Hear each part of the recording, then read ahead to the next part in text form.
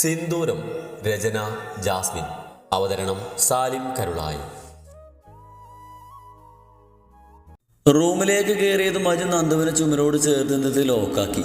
അത് പ്രതീക്ഷിച്ചത് കൊണ്ട് അതിൽ നിന്ന് ഒഴിഞ്ഞു മാറാൻ നന്ദുവിന് ഒരു പ്രയാസം ഉണ്ടായിരുന്നില്ല. മോനെ അജൂട്ടാ, നിനക്ക് നല്ല മുഴുത്ത ഭ്രാന്തായിരുന്ന സമയത്ത് നിന്നെ കൈകാര്യം ചെയ്തിരുന്ന ആളാ ഞാൻ. എനിക്ക് ഇപ്പോഴും നിന്നെ മരിക്കാനാണ് കൂട്ടാ പണി. നന്ദു അവനിൽ നിന്നും അകന്ന് മാറിക്കൊണ്ട് പറയുമ്പോൾ അജു അവളൊന്ന് കൂർപ്പിച്ച് നോക്കി. എങ്ങനെ നോക്കാതിരിക്കും, മുഴുത്ത ഭ്രാന്തെന്നല്ല പറഞ്ഞത്. ഭ്രാന്ത് നിന്റെ വേണ്ട, എൻ്റെ വായിലിരിക്കുന്ന കേൾക്കേണ്ട നീ.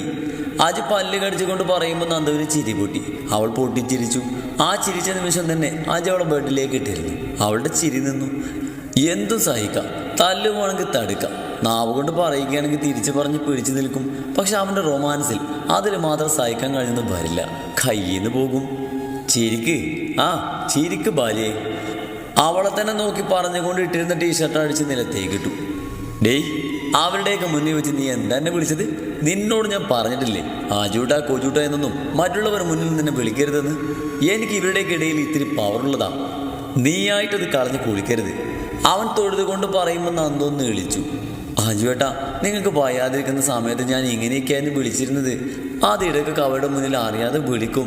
അങ്ങനെ വിളിച്ചതല്ലേ, അഭിനയിക്കുവാണെങ്കിലും ഒരു ഒറിജിനാലിറ്റിയൊക്കെ വേണ്ടേ? നന്ദു പറയുമ്പോൾ അജു ഒന്നും മിണ്ടിയില്ല. നല്ല കനത്തിൽ തലയും നാട്ടി പിന്നെ ബാത്റൂമിലേക്ക് നടന്നു. പോവാണോ? അവൻ ബാത്റൂമിൻ്റെ ഡോർ തുറന്ന് അകത്തേക്ക് കയറുമ്പോൾ പിന്നിൽ നിന്ന് നന്ദുവിൻ്റെ ശബ്ദം.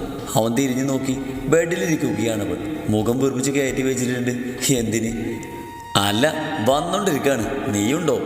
ചെക്കൻ്റെ ആസ്ഥാനത്തെ കോമഡി ഒട്ടും പറ്റിയില്ല.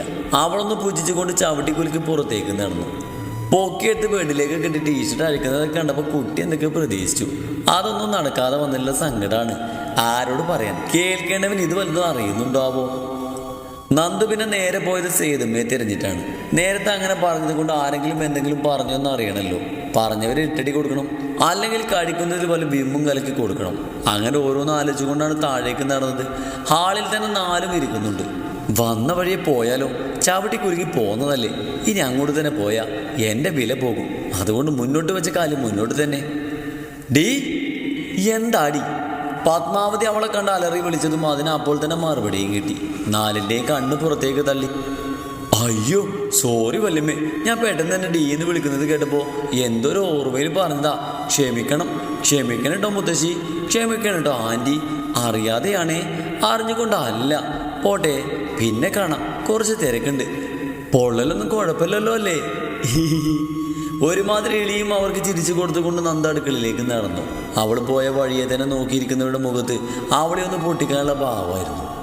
നന്ദു നേരെ പോയത് അടുക്കളയിലേക്കാണ്. വനജേച്ചി ജോലി ചെയ്യുന്നുണ്ട്. സേതുമേ അവിടെ ഒന്നും കണ്ടില്ല. നന്ദു പുറത്തേക്കുള്ള അടുക്കള വാതിൽക്കലേക്ക് പോയി നോക്കി. ഇല്ല, പുറത്തുമില്ല. അല്ലെങ്കിൽ അവിടെയുള്ള സ്റ്റെപ്പിലിരിക്കുന്നുണ്ടാകും. അവിടെയില്ല. വനജേച്ചി, സേതും എവിടെ? എനിക്കറിയില്ല മോളെ, നേരത്തെ ആ സംഭവം നടന്നു കഴിഞ്ഞ് ഇങ്ങോട്ട് വന്നിട്ടില്ല. വനജേച്ചി പറഞ്ഞു കഴിഞ്ഞതും അവൾ വേഗത്തിൽ സേതുമ്മയുടെ റൂമിലേക്ക് നടന്നു. ഹാളിൽ എപ്പോഴും 4 ഇരിക്കുന്നുണ്ട്. അവറ്റകൾക്കൊന്നും ഒരു പണിയില്ലേ. നന്ദു അവരെ നോക്കാതെ സേതുമ്മയുടെ റൂമിൻ്റെ വാതിൽ തട്ടി. ദത്തൻ റൂമിലുണ്ടെന്ന് അറിഞ്ഞുകൊണ്ട് തന്നെയാണ് തട്ടിയത്. സെറ്റിയിലിരിക്കുന്ന 4 അവളെ കണ്ടതായി ഭാവിച്ചില്ല. പെണ്ണിൻ്റെ നാവിന് മുന്നിൽ പിടിച്ചു നിൽക്കാൻ കഴിഞ്ഞെന്ന് വരില്ല. അതുകൊണ്ട് ഇനി നാവ് കൊണ്ടുള്ള കളിയൊന്നും അവളിൽ നടക്കില്ലെന്ന് അവർ ഉറപ്പിക്കുകയായിരുന്നു. സേതുമ്മേ, വാതിൽ തട്ടിക്കൊണ്ട് അവൾ കുറച്ച് ഉറക്കെ വിളിച്ചു. കുറച്ച് നിമിഷങ്ങൾ കഴിഞ്ഞതും ആ വാതിൽ അവൾക്ക് മുന്നിൽ തുറന്നു. ദത്തനായിരുന്നത്. നന്ദു ദത്തനെ മൊത്തത്തിലൊന്ന് നോക്കിയ ശേഷം കുറച്ച് മുന്നോട്ട് വന്ന് അകത്തേക്ക് തലയിട്ട് നോക്കി. ബെഡിലൊരു ചിരിയോടെ വാതിലിൻ്റെ ഭാഗത്തേക്ക് നോക്കിയിരിക്കുന്ന സേതുമ്മയെ കണ്ടതും അവളൊന്ന് കണ്ണു ചിമ്മി. പിന്നെ ദത്തനെ നോക്കി ഒന്ന് ചിരിച്ചുകൊണ്ട് അവൾ തിരികെ പോയി. ദത്തനൊന്നും മനസ്സിലാവാതെ നന്ദു പോകുന്നത് നോക്കി നിന്നു. പിന്നെ വാതിലടച്ചുകൊണ്ട് സേതുവിൻ്റെ അടുത്തേക്ക് വന്നു. ആ കുട്ടി ഇപ്പം എന്തിനാ ഇവിടെ വന്നത്? നിന്നെ വിളിച്ചല്ലേ വന്നത്? എന്നിട്ട് ഒന്നും പറഞ്ഞില്ലല്ലോ. ദത്തൻ സംശയത്തോടെ ചോദിക്കുമ്പോൾ സേതു ഒന്ന് ചിരിച്ചു. അവളിപ്പോൾ വന്നത് എന്തിനാണെന്ന് ചോദിച്ചാൽ സത്യത്തിൽ സേതുമുഖം അറിയില്ല. പക്ഷേ അവൾ കണ്ണു ചിമ്മി കാണിച്ചതിൽ നിന്നും വെറുതെ ഒന്ന് കാണാൻ വന്നതാണെന്ന് മാത്രം മനസ്സിലായി. ഞാൻ അവളുടെ ഭാഗം ചെയ്ത് പറഞ്ഞില്ലേ, അതുകൊണ്ട് ആരെങ്കിലും എന്നെ എന്തെങ്കിലും പറഞ്ഞോ ചെയ്തോന്ന് അറിയാൻ വന്ന് നോക്കിയതാവും. സേതു ഒരു ചിരിയോടെ പറഞ്ഞു. അതെ, അതിന് തന്നെയാവും. ആ കുട്ടിക്ക് തന്നെ ഭയങ്കര കാര്യമാണല്ലോ. എന്നെ ഞാനായി അംഗീകരിക്കുന്ന ചുരുക്കം ചിരിയിൽ ഒരാൾ. സേതു ഒരു ചിരിയോടെ മറുപടി നൽകി. ദത്തൻ ആ ചിരിയിലേക്ക് തന്നെ നോക്കി. സേതു, പുറത്തുനിന്ന് രാവണിയുടെ അലർച്ച കേട്ടതും ദത്തൻ സേതുവും ഒരുപോലെ വാതിലിൻ്റെ ഭാഗത്തേക്ക് നോക്കി. ഇന്നലെ കല്യാണം കഴിഞ്ഞ പെണ്ണിനെ പോലെ വാതിലടച്ച് മുറിയിലിരിക്കുക. രാധ വന്നിട്ട് അവൾക്ക് വേണ്ടതൊന്നും ചെയ്തു കൊടുക്കാതെ നീ അതിനകത്ത് എന്തുണ്ടാക്കുക? ഇവിടെ വാ. ദേഷ്യത്തോടെയുള്ള രാവണിയുടെ ശബ്ദം കേട്ടതും സേതു ചുണ്ടിലെ ചിരി മായ്ച്ചുകൊണ്ട് ബെഡിൽ നിന്ന് എഴുന്നേറ്റ് പിന്നെ പതിയെ മുന്നോട്ട് നടന്നു. ദത്തൻ പെട്ടെന്ന് സേതുവിൻ്റെ സാരിയിൽ പിടിച്ചു. സേതു മുന്നോട്ട് നടക്കാതെ അവിടെ തന്നെ നിന്നു. ഈ കൈ വെച്ച് നിനക്ക് എന്ത് ചെയ്യാൻ പറ്റും?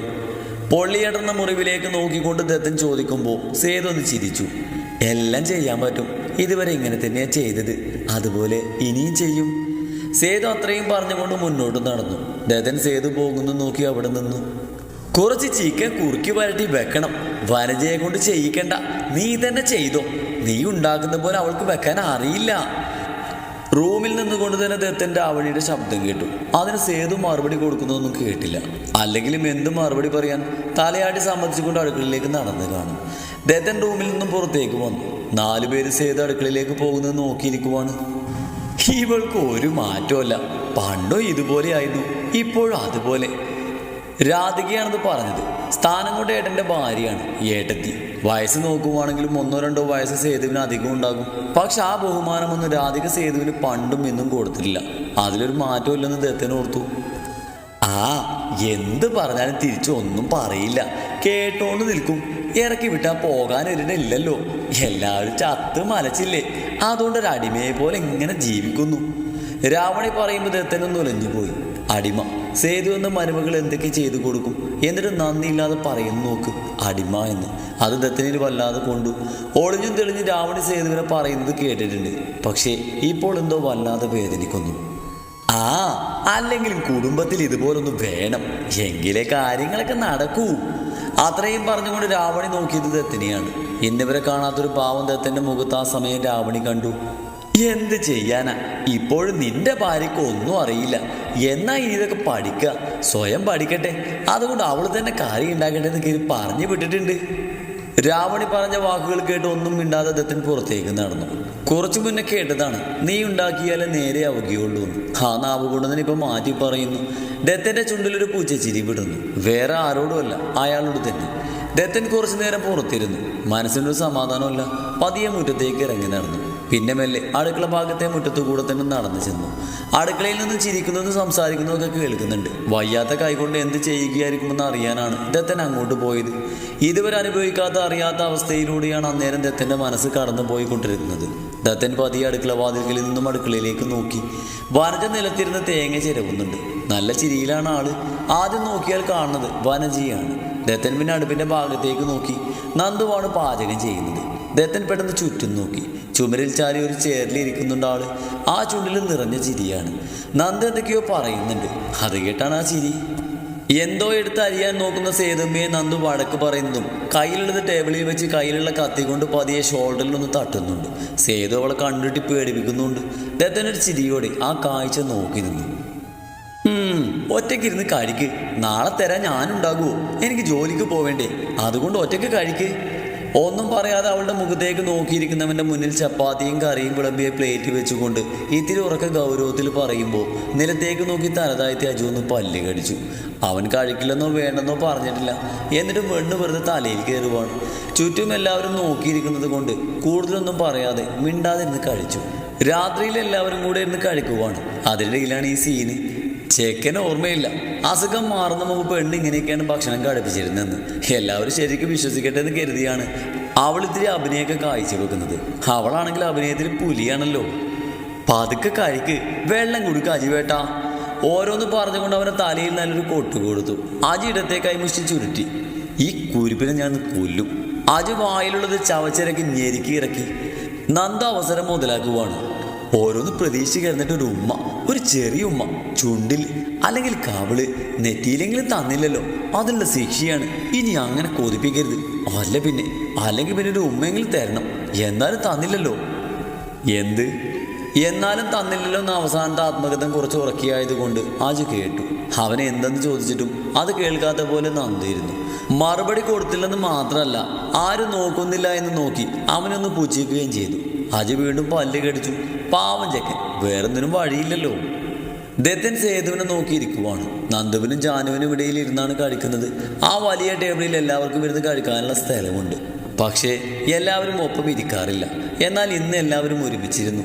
വനജേച്ചി വേണ്ടതെല്ലാം കൊണ്ടുവച്ച് പോയി. വലത്തെ കൈയിലെ കൈപ്പത്തിയിലാണ് പൊള്ളിയിരിക്കുന്നത്. അത് വലിയ വട്ടത്തിൽ. അതുകൊണ്ട് സേതുവിന് കഴിക്കാൻ നല്ല ബുദ്ധിമുട്ടുണ്ടെന്ന് ദത്തന് മനസ്സിലായി. എന്ത് ചെയ്യണമെന്ന് അറിയാതെ ഭക്ഷണം കഴിക്കാതെ സേതുവിനെ തന്നെ നോക്കിയിരിക്കുവാണ് ദത്തൻ. കൈകൊണ്ട് തന്നെ സേതു പതിയെ കഴിച്ചു തുടങ്ങി. എന്നാൽ കറിയായ കുറച്ചു ഭാഗം സേതുവിന്റെ കൈപ്പത്തിയിൽ തട്ടിയതും സേതു കണ്ണുകൾ മുറുകെ അടച്ചു പിടിച്ചു. ഒപ്പം കയ്യിലുണ്ടായിരുന്ന ചോറ് കഴിക്കാൻ പറ്റില്ലെന്ന് കണ്ടതും പ്ലേറ്റിലേക്ക് തന്നെ ഇട്ടു. നുള്ളിയും പുറകെയും കുറച്ചു നേരം അങ്ങനെ തന്നെ ഇരുന്നു. സമയം പോയിക്കൊണ്ടിരിക്കുന്നതിനനുസരിച്ച് ഓരോരുത്തർ കഴിച്ചു കഴിഞ്ഞ് എഴുന്നേറ്റ് പോയി. ദത്തൻ എപ്പോഴും തല താഴ്ത്തി ഒന്നോ രണ്ടോ വറ്റു മാത്രം വായിലേക്ക് ഇട്ടുകൊണ്ട് ചവച്ചിരിക്കുന്ന സേതുവിനെ നോക്കിയിരുന്നു. ഇന്നലെ വരെ ഇങ്ങനെ തന്നെ ആയിരിക്കില്ലേ? ഇന്നിപ്പോൾ ആ മുറിവ് കണ്ടതുകൊണ്ട് മാത്രമല്ലേ ഈ കാര്യം അറിഞ്ഞതും ഈ കാഴ്ച കണ്ടതും? മിഴിച്ചിരിക്കാതെ വാ തുറക്ക് സേതുമേ. നന്ദുവിന്റെ ശബ്ദം കേട്ടതും അജു മുഖമുയർത്തി അവളെ ഒന്ന് നോക്കി. നിറഞ്ഞു തുളുമ്പുന്ന കണ്ണുകളോട് അവളെ നോക്കിയിരിക്കുന്ന സേതുമ്മയുടെ വായിൽ ഭക്ഷണം വെച്ച് കൊടുക്കുകയാണ് അവൾ. ഭക്ഷണത്തിന്റെ മുന്നിൽ നിന്ന് കണ്ണ് നിറയ്ക്കല്ലേ സേതുമ്മേ.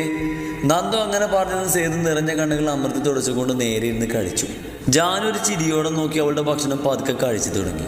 നന്ദുവിന്റെ മുഖത്തിൽ നിന്ന് കണ്ണുകൾ മാറ്റി അജു കാണുന്നത് നന്ദുവിനെയും സേതുവിനെയും ഒരു ചിരിയോടെ നോക്കിയിരിക്കുന്ന ദത്തനെയാണ്. അജു ദത്തന്റെ മുഖത്തേക്കൊന്ന് സൂക്ഷിച്ചു നോക്കിയ ശേഷം ആ കാഴ്ച ജിത്തുവിനെ കൂടെ തട്ടി കാണിച്ചു കൊടുത്തു. ജിത്തുവിന്റെ കണ്ണുകൾ പുറത്തേക്ക് വരുന്ന പോലെ തള്ളി വന്നു. ഓർമ്മയിൽ അച്ഛൻ അമ്മയെ ഇങ്ങനെ നോക്കിയിരിക്കുന്നത് ആദ്യമായതുകൊണ്ടാണ് ആ ഞെട്ടൽ അവന്റെ മുഖത്തുണ്ടായത്.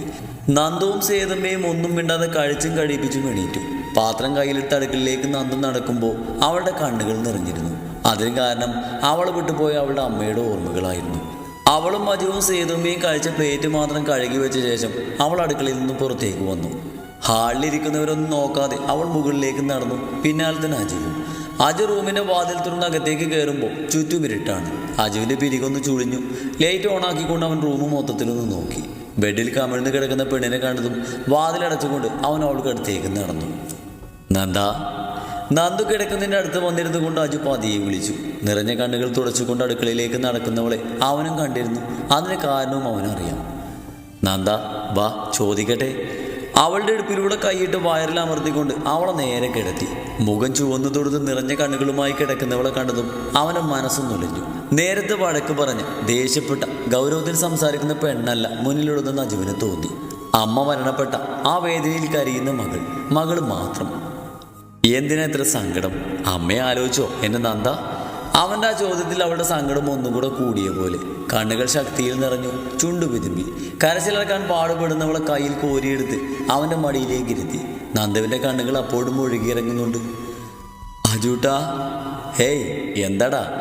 നന്ദു തേങ്ങലോടെ വിളിച്ചതും അജു സ്നേഹത്തോടെ ഇഷ്ടത്തോടെ വിളി കേട്ടു. നന്ദവനെ മുറുകെ കെട്ടിപ്പിടിച്ചു. അത്രയും മുറുകെ. അതിലും മുറുകെ അവൻ്റെ കൈകൾ അവളിൽ മുറുകി. അമ്മയുടെ വായിൽ എപ്പോഴും പുണ്ണായിരിക്കും. അധികവും എരിവും പുളിയും ഒന്നും പറ്റില്ല. കഴിക്കാതെ മടി പിടിച്ചിരിക്കുന്ന അമ്മയെ ഞാനാ നിർബന്ധിച്ച് കഴിപ്പിക്കുക. ഞാൻ വാരി കൊടുക്കുമ്പോൾ മിണ്ടാതെ ഒന്നും പറയാതെ കഴിക്കും. അങ്ങനെയൊന്നും ഇനി ഉണ്ടാവില്ലല്ലോ എന്നൊക്കെ ആലോചിച്ച്. പറയാൻ കഴിയാതെ അവളുടെ വാക്കുകൾ മുറിഞ്ഞു. മരിച്ചു പോയവരെ മറക്കാൻ കഴിയണമല്ലേ? അതാണ് നല്ലത്. അല്ലെങ്കിൽ ജീവിച്ചിരിക്കുന്നവർ കരഞ്ഞ് വേദനിച്ച് സങ്കടപ്പെട്ട് എന്തിനെത്ര വേഗം പോയത്? എന്നെ ഈ കയ്യിലേൽപ്പിച്ചത് കൊണ്ടാണ് പോയത്. അങ്ങനെയാണെങ്കിൽ നമുക്ക് കുറേ കഴിഞ്ഞ് ഒന്നിക്കായെന്നല്ലേ? അവൻ വെറുതെ ഒന്ന് മൂളി. പെണ്ണ് ബോധമില്ലാതെ എന്തൊക്കെയോ പറയുവാണ്. അതിനൊക്കെ സമ്മതിച്ച് കൊടുക്കുവാണ് ഇപ്പോൾ വേണ്ടതെന്ന് അവനറിയാം. അല്ലെങ്കിൽ നമ്മൾ ഒന്നിക്കുക തന്നെ വേണ്ടായിരുന്നല്ലേ? വീണ്ടും അവളുടെ വെടക്ക് ചോദ്യം. അജുവിന് ചെറുതായി ദേഷ്യം വന്നു തുടങ്ങി. അല്ലെങ്കിലും അതിക്ക് ക്ഷമിച്ച് നിൽക്കാനൊന്നും അവന് പറ്റില്ലല്ലോ.